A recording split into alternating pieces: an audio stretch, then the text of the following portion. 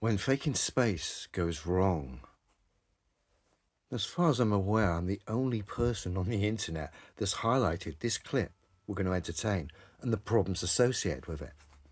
Now, I first showed you this clip a week, possibly 2 weeks ago, but we didn't draw too many conclusions at the end of it. The video was ridiculously damning as it was. But now we're going to revisit it and we're going to entertain the conclusions we're left with. And like I said, incredibly damning. Great for people who are set on the fence here. Remember, for all you fence sitters, my stance regarding this subject of space and the Earth is I simply stand by what's physically true. That way, I eliminate propaganda, shady characters, conceptual ideas. I simply stand by the physical truth of this Earth. That gives me a foundation to see very clearly, okay? The results of what is physically true, go test it for yourself. They highlight to us all.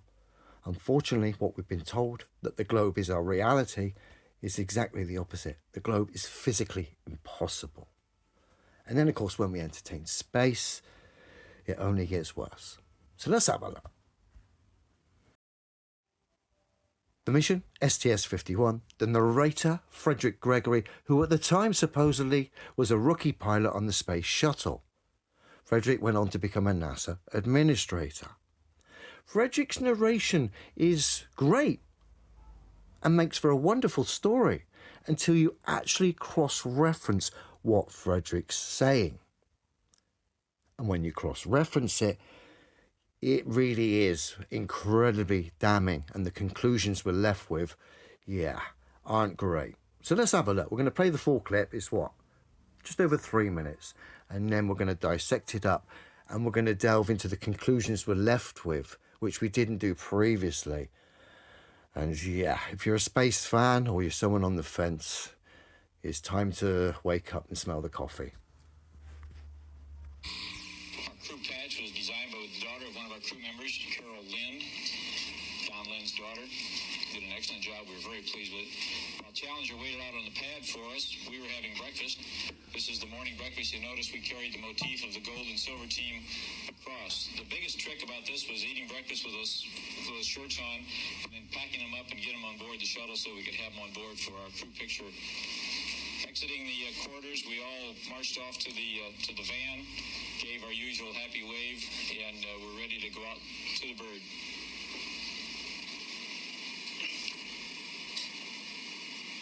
Since I was a rookie on board, I was asked to describe the sensation of this liftoff. We had an awful lot of training, a couple of years worth, but nothing fully prepared me for the actual sensation of those main engines starting and then eventually those solids sliding. And I'll tell you, this son of a gun really rattles when it takes off. I kept looking out the window and Bob would say, "Go back to your instruments." So the pilot's job is not to observe, but to monitor and make sure that everything works properly. After we took off, of course, we had a big roll and something very unique in this picture. In this series of shots, we're going right up the eastern coast of the United States. We'll flash back and forth between this outside of the window shot and the orbiter actually from the ground, but I think it was spectacular. We can see the horizon come up. We're right up the eastern coast. I commented to Bob that we have just gone through some clouds. Those clouds we just went through were at 42,000 feet, so you can tell we were really traveling upward.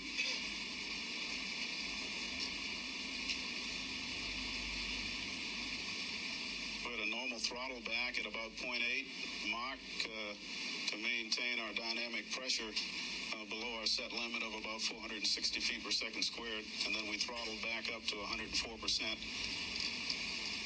Now, we continue up the eastern shore.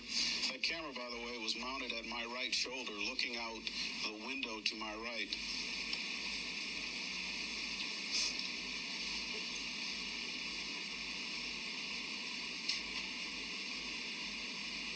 That was the Chesapeake Bay. You can see the Chesapeake Bay.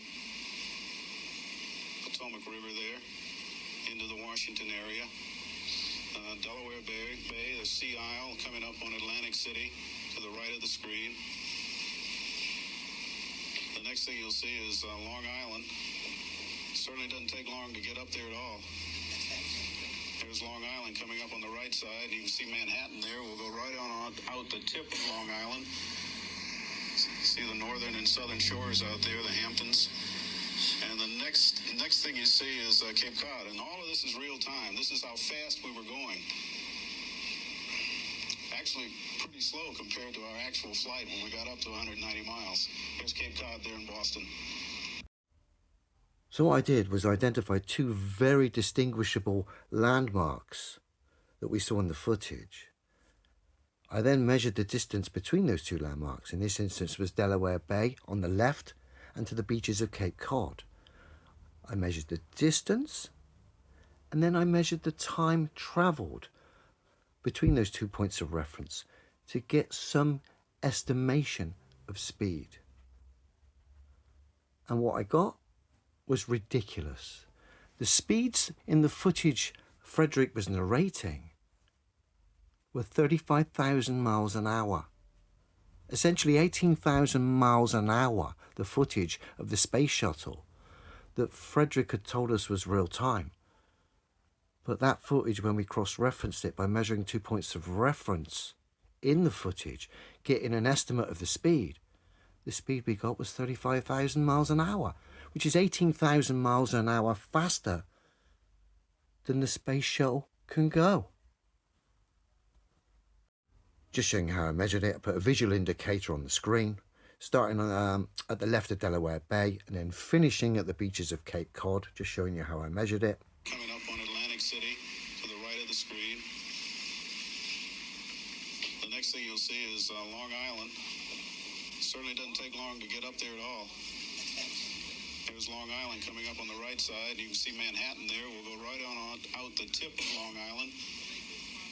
See the northern and southern shores out there, the Hamptons. And the next thing you see is Cape Cod. And all of this is real time. This is how fast we were going. Actually, pretty slow compared to our actual flight when we got up to 190 miles. There's Cape Cod there in Boston. So that made for a great narration from Frederick. Like I said, that is until you cross-reference it. And then when you cross-reference it using the two landmarks, the visible landmarks that I was able to identify, and then you put that information in the speed calculator, Frederick's narration is 18,000 miles an hour out. So the conclusions we're left with regarding this footage, the space shuttle footage, from Frederick, who was a rookie NASA space shuttle pilot at the time, who went on to become a NASA administrator. Considering this footage is going 18,000 miles an hour faster than the space shuttle can go, Frederick's telling us it's real time. And of course, he's not realizing that this footage is too fast. That tells us two things. One, Frederick is obviously never sat on the space shuttle. I personally don't think anyone ever has, myself, okay? Do they get on the Blue Origin fairground ride? Quite possibly. But I don't think anyone's ever got on the space shuttle. And Frederick's one of the reasons why. He doesn't have a Scooby-Doo regarding the speeds that relate to the space shuttle. Like I said, we've got a discrepancy of 18,000 miles an hour. If you'd flown on that space shuttle, I think you might have picked that up.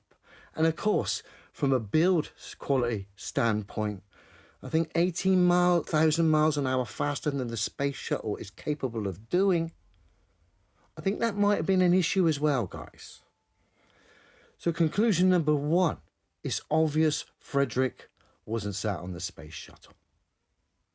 Conclusion number two, it's obvious they have to speed the footage up. Otherwise, we wouldn't have had this discrepancy. They have to speed the footage up. And of course, in this instance, they got it wrong. They sped it up too fast. But I feel the reason they have to speed the footage up, obviously, anyone who's watched the space rockets launch, is because these rockets, particularly the space shuttle, doesn't go fast enough to get into orbit, to fit the story and the narrative which we've all been told. And of course, the fact they've had to speed this footage up highlights that. And of course, if these rockets aren't going as fast as they claim, then they can't get to orbit anyway based on the stories we've been told regarding space and the Earth. And then when you look at Frederick's narration, it would seem no one sat on them rockets either. So it would seem these rocket launches are just firework displays for the naive and the gullible. Incredibly damning footage. Like I said, I don't think I've seen anyone on the internet highlight that footage. And of course, the conclusions we're left with, having entertained it, yeah, I don't think, if you're on the fence, you're going to have to address these things. I know it might be uncomfortable, but the psychology that's involved in this subject is the main barrier. I know it's difficult because it's uncomfortable territory to go against things that we've all been told to be true. But when you address it with an honest heart and no bias, it becomes quite obvious things are up. And of course, when you test the validity of the globe Earth theory, which we've all been taught at school, it quickly falls apart based on the physicality of the Earth. And of course, that alone highlights the space story of sphere rocks, air pressure system rocks residing in the middle of a vacuum with space stations in free fall around them. But of course, when we entertain the space story, it's not done well enough to fool people with a little bit of common sense and discernment. You just got to cross-reference this stuff and look at the narration, and it all falls apart. Don't let emotions hold you back from what's physically true, and don't let a bias get in the way of you seeing the simple truth. Have a good one, everyone.